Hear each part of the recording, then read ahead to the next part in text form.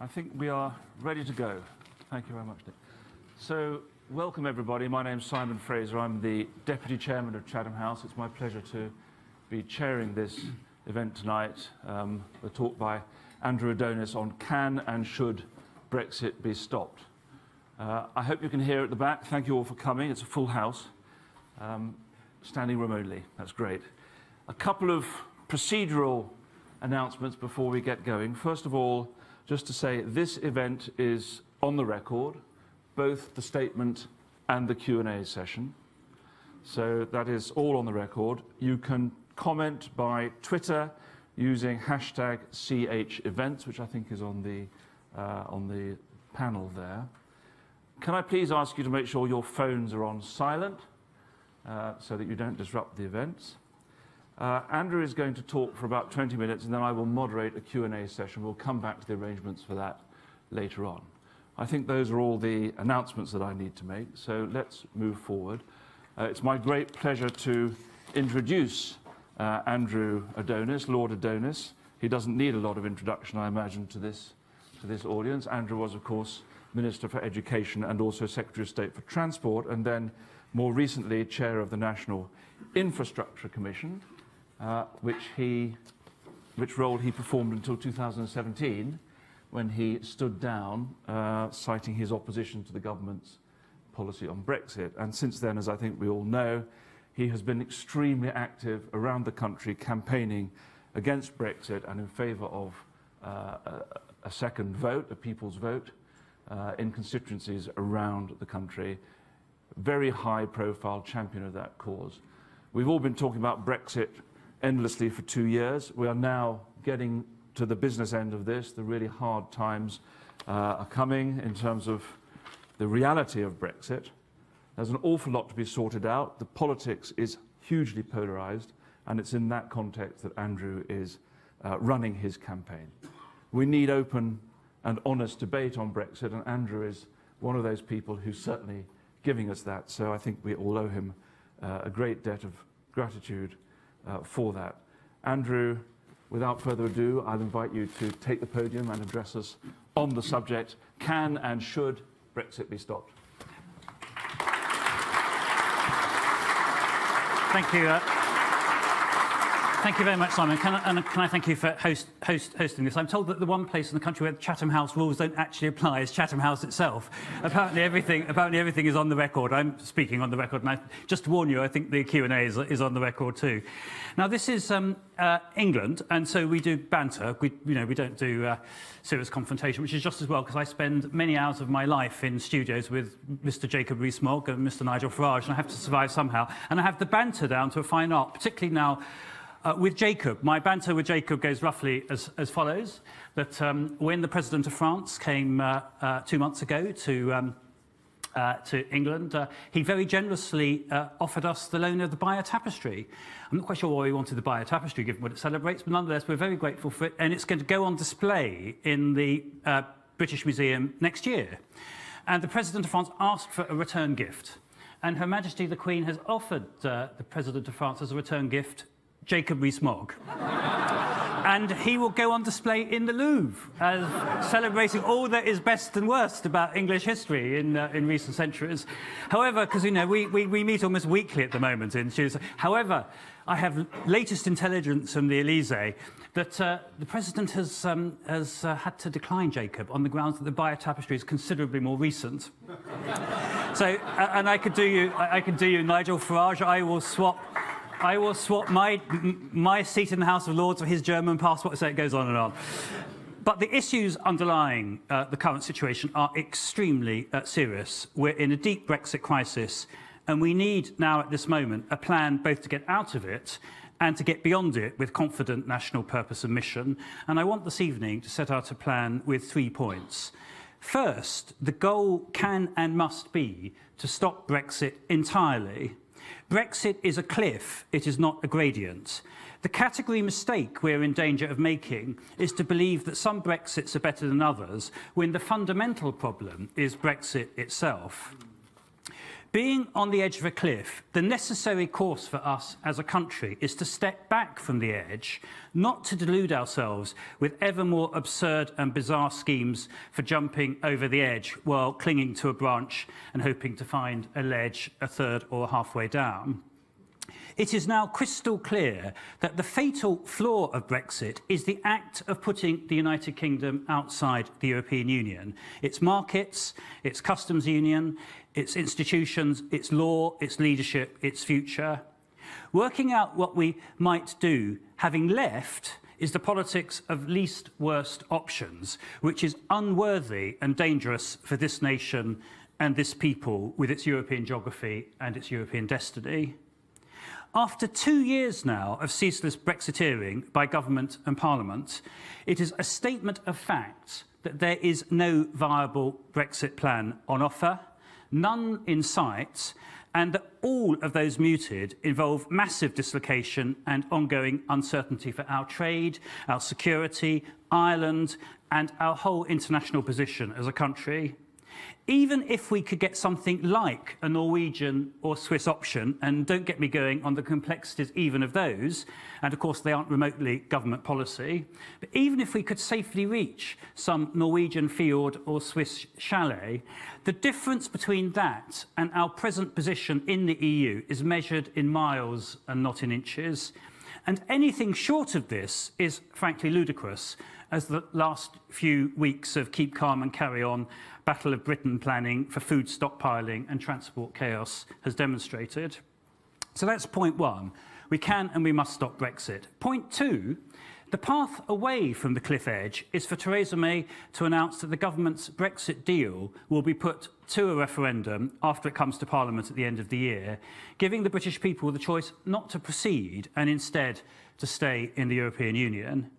If the Prime Minister will not do this, the House of Commons should direct her or her successor to hold this referendum, as it has directed monarchs and governments in moments of national crisis over centuries since Magna Carta. There's a lot being said at the moment about democracy and referendum results, which must be honoured irrespective of circumstances. But democracy is not a single event. It is a process of constant public engagement, what Clement Attlee called government by discussion.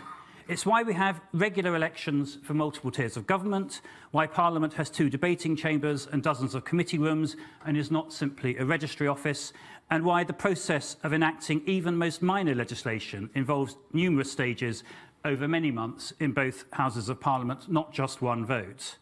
So my second point is to state clearly that a people's vote to stop a government potentially harming the people not only accords with our constitution and traditions, but in my view is necessitated by them. Parliament has what Gladstone said in respect of self-government for Ireland when he proposed it in 1886, a golden moment to resolve an imminent national calamity.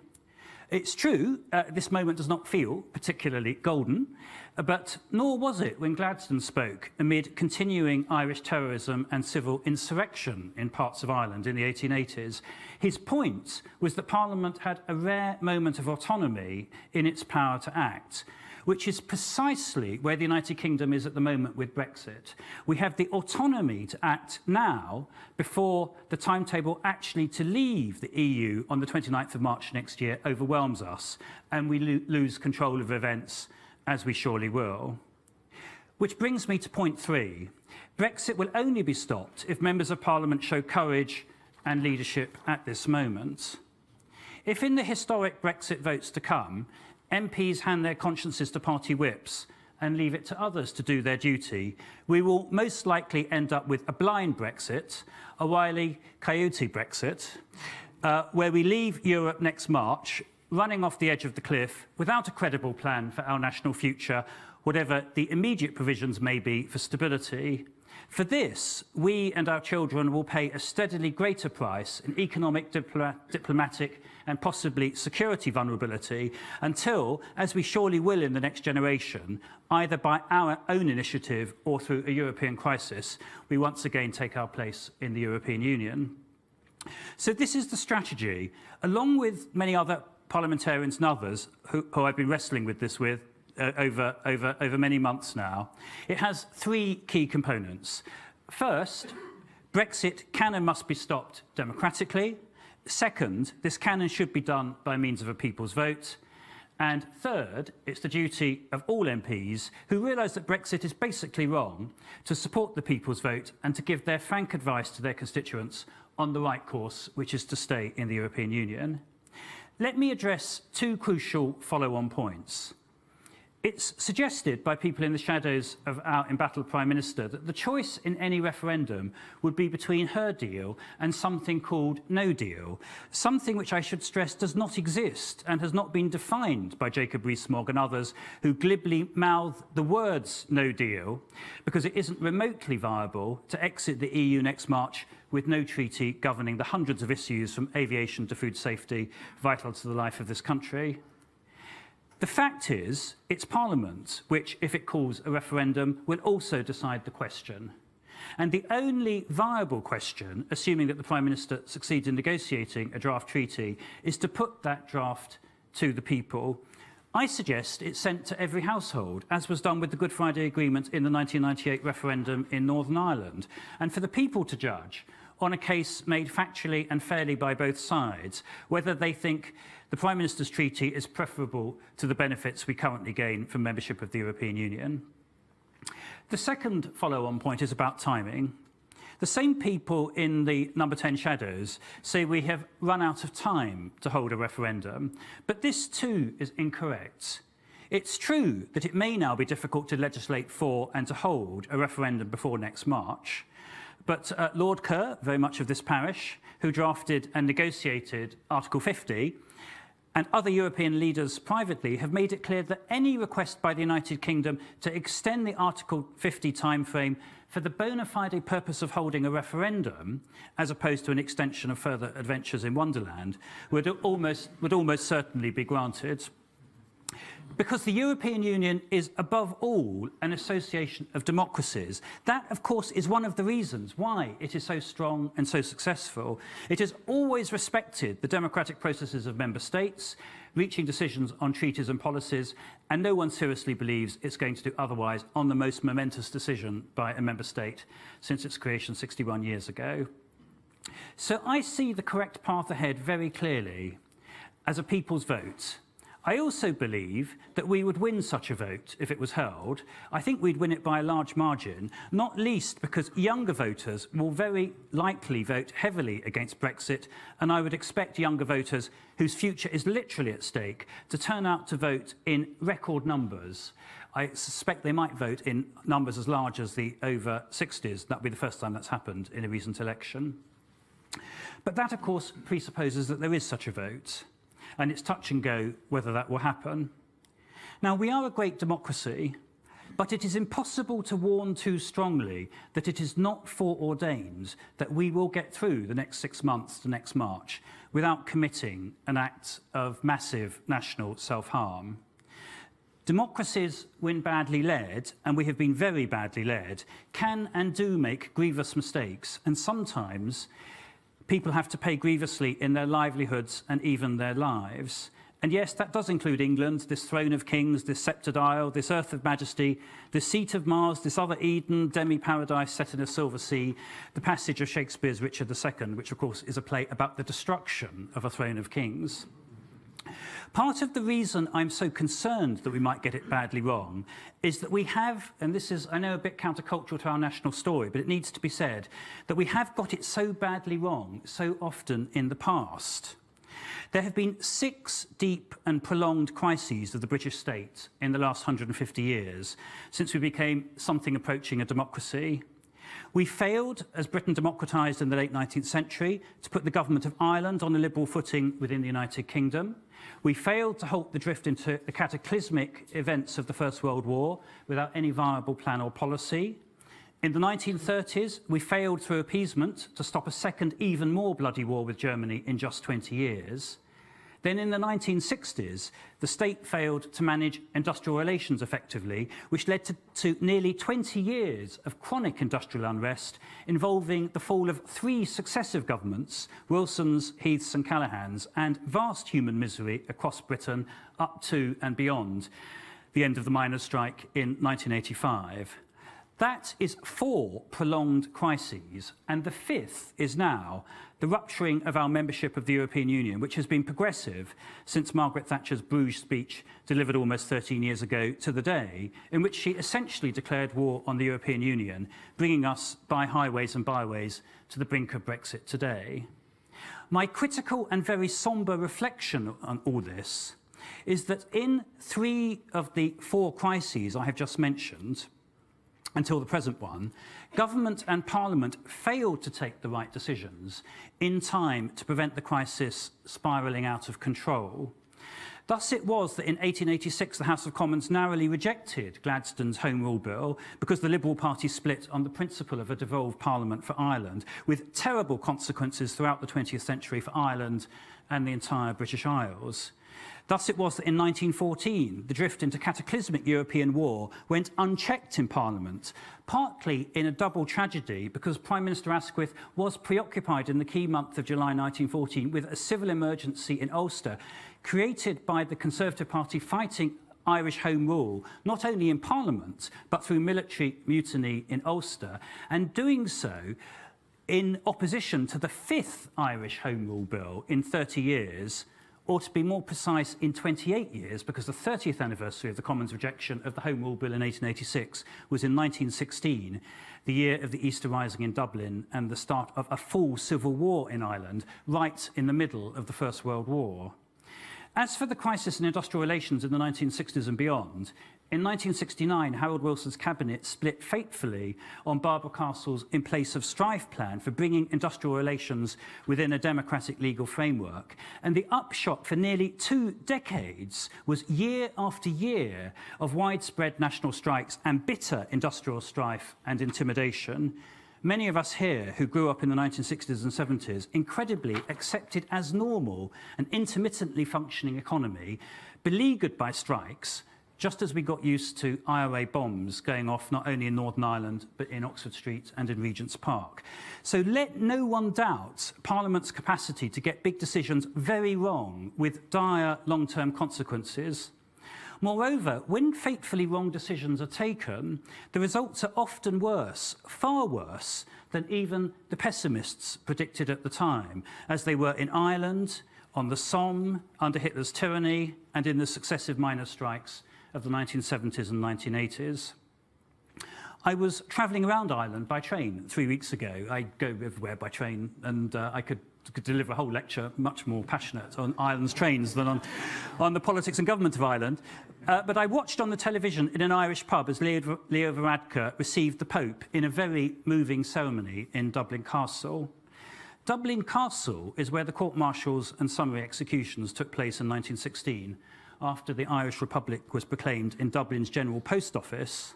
I visited the post office when I got to Dublin. On the wall are these words of Seamus Heaney. History says, "Don't hope on this side of the grave, but then, once in a lifetime, the longed-for tidal wave of justice can rise up, and hope and history rhyme." That is the desperate situation into which our Parliament allowed Ireland to descend by decisions taken and not taken over a generation. Now, the observant amongst you may have noticed I said there were 6 prolonged crises of the British state in the past 150 years. I've so far discussed 4 and mentioned a 5th, appeasement, in the 1930s, to which I'll return. What's the 6th? The 6th is a case of prolonged crisis where seriously wrong decisions were taken at the outset, but where, by good fortune and wise leadership, they were put right 2 years later, and the upshot was long-run benefits far greater than those predicted by optimists, such as the dynamics of getting big decisions right and wrong. I refer, of course, to the saga of British non-membership and then membership of what became the European Union in the 1950s, the 1960s and the 1970s.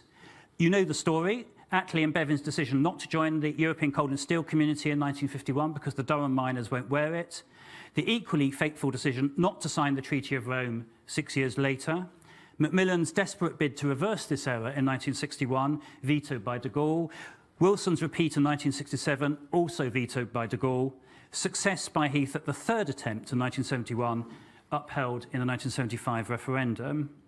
The lessons crucial for our national debate, I suggest, are first, that out of the EU, it will be a nightmare to get back in. Last time it took us a decade of feverish diplomacy by Simon's predecessors, even with prime ministers and parliaments overwhelmingly committed to the cause. And that was negotiating with the European Union of 6. Think what it's going to be like in the fractured politics of post-Brexit, where even when and if there's a government intent on rejoining the EU, we have to negotiate with an EU of perhaps 30, with the memory of our traumatic departure etched in red.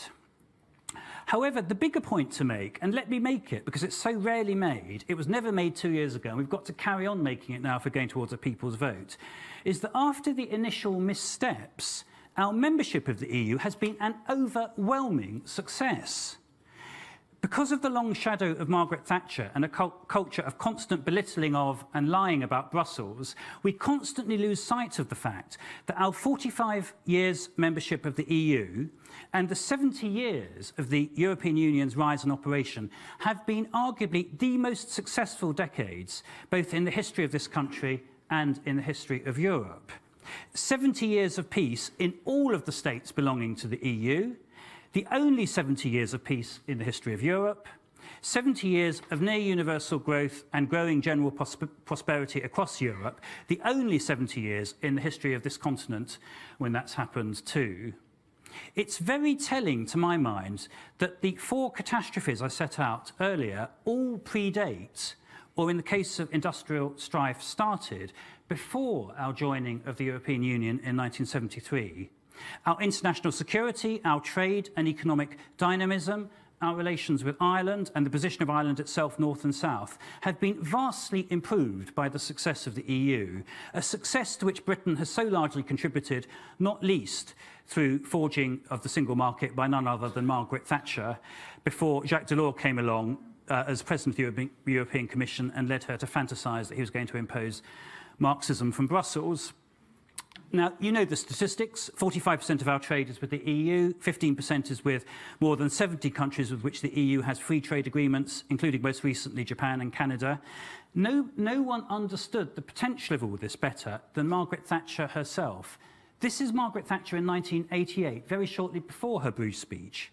How we meet the challenge of the single market will be a major factor, possibly the major factor, in our competitive position in Europe and world markets into the 21st century. Getting it right needs a partnership between government and business. That was Margaret Thatcher, 1988. Boris Johnson, 2018. Fuck business. I mean, that's where we've moved to as a country over the course of those 30 years. And to stress, all of the treaties and laws involved in membership of the European Union were freely enacted by our sovereign parliament as a free democratic member of a free democratic European Union, much of it under the single market programme. But far beyond the economic realm, I never cease to be amazed at the further instances of what Brexit might cost us.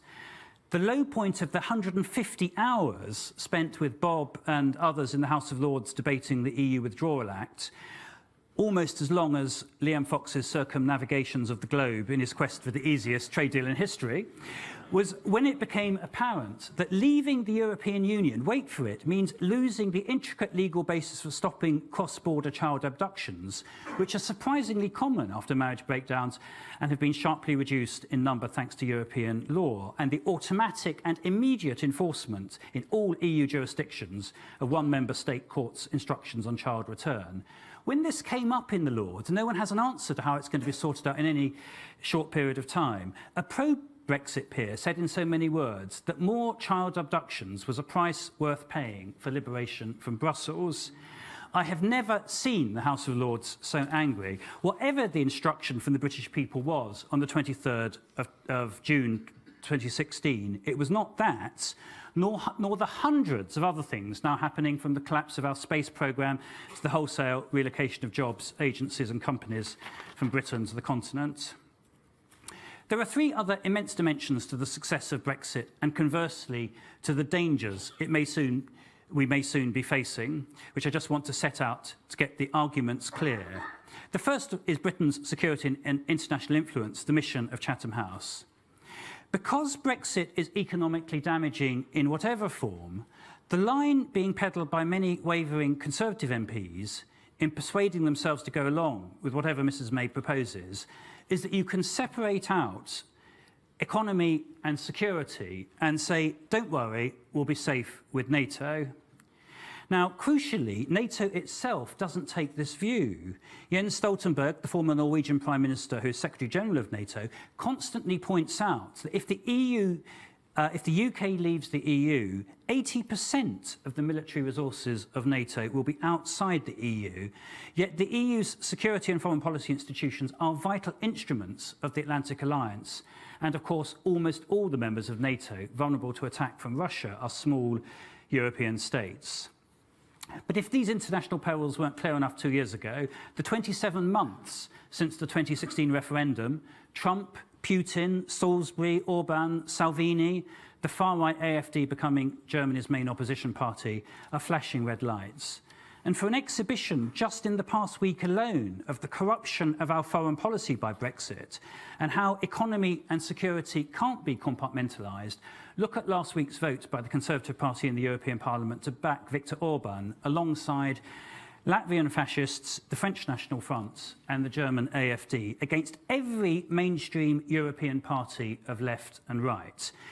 Britain's Prime Minister is no longer prepared to criticise rising fascism in a European state because its leader's support may be needed for Brexit. Now, Churchill had something to say about this. Remember the faraway country of whom we know nothing in 1938? That was the one next door to Hungary. And this is not only shameful, it's also deeply damaging to Britain's true interests. Orban today, what price Salvini tomorrow? And who knows, Putin the day after. Next, Ireland. Now, as I say, I've spent a good deal of time in Ireland in recent months, and Ireland is a phenomenal European success story, north and south. The Ireland of today is socially and politically almost unrecognisable from De Valera, and Northern Ireland too is hugely transformed since the end of the Troubles.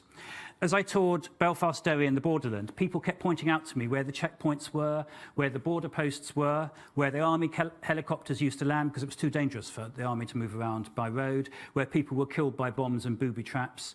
Now, the border is detectable by only different colour road signs along the road. The barracks have largely gone, and in Derry city centre, the barracks are being converted into cafes and nightclubs.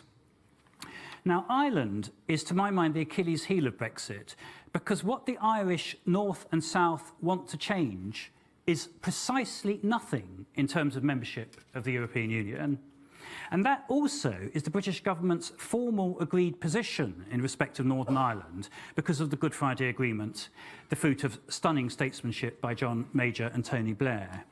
Crucially, in the European negotiations leading to the UK and the EU's joint report last December, which began the process of formal negotiations, the Prime Minister accepted the necessity of a backstop in respect of Northern Ireland, whereby if new border or customs controls affect Great Britain after Brexit, Northern Ireland will remain subject to European law and customs and trade provisions to ensure full regulatory alignment.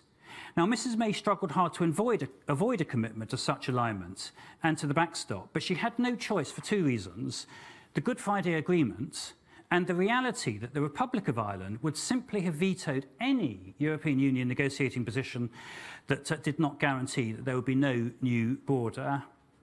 Now, as I said, Mrs May struggled hard against these provisions, so much so that when she was in Belfast last month, she rhetorically disowned the backstop. But I very much doubt that Mrs May will in fact fail to honour the Irish backstop in any Brexit treaty, not least because of the very vocal concerns raised by the Police Service of Northern Ireland about what would happen without it. The Chief Constable of the Police Service of Northern Ireland said last week that any different customs and tariff regimes between North and South in Ireland would be a smuggler's charter, and smugglers and paramilitaries, of course, have always gone hand in hand on the Irish border. But the call to ignore Ireland is disgracefully now par for the course amongst Brexiters. Nigel Farage, when I debated with him last week, told me that concerns about the Irish border were entirely got up by Barnier, and that anyway, Ireland was a tiddly country. Now, I don't want to elaborate on this, except simply to say that I do regard Ireland as the Achilles heel of Brexit, which is going gangrenous, and I suspect it may be the thing that finally makes Brexit impossible. And there is nothing more important to the domestic and foreign policy of this country than doing nothing whatever that jeopardises the position of Ireland. The third Brexit dimension is, of course, Great Britain itself. Now, the truth is that in the last 45 years, Britain would have been far worse off outside the EU. But in the last 10 years in particular, since the financial crash and living standards have stagnated or dropped, this has become layered upon a deep and growing sense of alienation, particularly in England outside London, where there is still no devolution worth the name, and there is deep frustration and anger. Now, from my extensive rail travels around Leave England in recent months, it's clear to me that if the question on the ballot paper 2 years ago had been, do you want a fundamental change in the government of England, or do you want an end to austerity, there would have been overwhelming yes votes to both of those propositions. But the only question on the ballot was, do you want to leave the European Union? An act which, if it happens, will in fact make it harder to do almost everything that people really want in terms of devolution and improved services, including the NHS. Now, Will Hutton and I discuss all this in our book, Saving Britain, available in all good bookshops for £8.99. Its central message is, change Britain, don't Brexit. But we also face head-on the issue of immigration, which was a major factor in the referendum, and we simply can't get away from that fact. We argue the case for ID cards, replacing national insurance cards, so that we know who is legally in the country, who is legally working and being paid legally, and who's eligible for access to public services. We also argue for a new migration impact fund, so that local communities are properly funded to meet the costs of new and larger migrant communities. And we also argue for our full participation in EU law, which, for example, in Belgium, requires migrants to register immediately on arrival and leave within 3 months if they don't have the means to support themselves. All these things are doable within the existing EU structure, and we should be putting in place the arrangements to do them if we face a people's vote. Now, in all these ways, we need to make the case for the EU with coherence and with passion, why it's so strongly in the interests of Britain, of Ireland, of our security, our prosperity, and our whole future. I want finally, though, to return to arguably the greatest of the crises I mentioned at the outset of this lecture, the trauma of appeasement in the late 1930s, when the effects of a seriously mistaken policy were to be experienced sometime after the key mistakes had been made. Now, May 1940 and the replacement of Chamberlain by Churchill is also the supreme instance of Parliament, in fact, getting it right in the nick of time. And in this, it's perhaps the shining example for MPs as they prepare for the Brexit votes to come. Now, on the events, hugely important events for the whole history of this country of May 1940, I cannot recommend too highly a recent book by Nicholas Shakespeare, 6 Minutes in May, an account of Chamberlain's fall through the prism of the critical vote at the end of the House of Commons debate on the fall of Norway in May 1940, the 6 minutes being the time allowed for MPs to file through the division lobby. It was in this crucial division that 39 government MPs voted with Labour, which, together with as many abstentions, made Chamberlain's position untenable and brought Churchill to power. Now, I draw 2 lessons from Nicholas Shakespeare's book, 6 Minutes in May, and reflecting on it. First, it is possible, by action in Parliament, to reconstitute a government in a time of crisis and fundamentally change its policy. But for the Norway debate and vote, Chamberlain would have survived, and there would almost certainly have been an armistice with Germany after the fall of France a month later. But the second lesson is that it was an unbelievably close-run thing. Clement Attlee, as leader of the opposition, didn't even decide to call a vote at the end of the Norway debate until the morning of the second day of the debate, because until then he thought that any vote would simply consolidate Chamberlain's position, since no Tory MP had rebelled in any previous parliamentary vote on appeasement or the conduct of the war. Even after the Munich agreements, when Churchill delivered what in retrospect was the most devastating indictment of appeasement, there were no Tory rebels, and even Churchill himself abstained, partly from the very real fear of deselection in his Epping constituency. What persuaded Attlee to vote against Chamberlain at the last minute was the brave action of a group of young Conservative MPs, many of whom had been fighting at the front, and one of whom went to see him on the night of the first day of the debate and told him that the war could not be won with Chamberlain and that a group of Tories were prepared to vote against the government. This persuaded Attlee, who thereafter led the opposition with his customary precision. Now, back to today, I hope that Jeremy Corbyn rises to the level of Clement Attlee and that Tory MPs will be in a similarly significant position and act accordingly in the votes leading up to Brexit. But I just want to make one final point. My political hero, Roy Jenkins, told me about the Norway debate firsthand, because his father, Arthur Jenkins, was Attlee's parliamentary private secretary at the time, and he, Roy, sat in the gallery for the debate. He said that Churchill's supreme qualities were confidence, optimism, and leadership. He used to quote the famous lines of another Irish poet, W.B. Yeats, on the problem of politics in the 1930s. Things fall apart, the centre cannot hold. The best lack all conviction, whilst the worst are full of passionate intensity. Yeats was so right, and so right today. We need the case for the European Union to be made with confidence, optimism, and leadership. We need the best, not the worst, to be full of passionate intensity, and it needs to happen now. Thank you very much.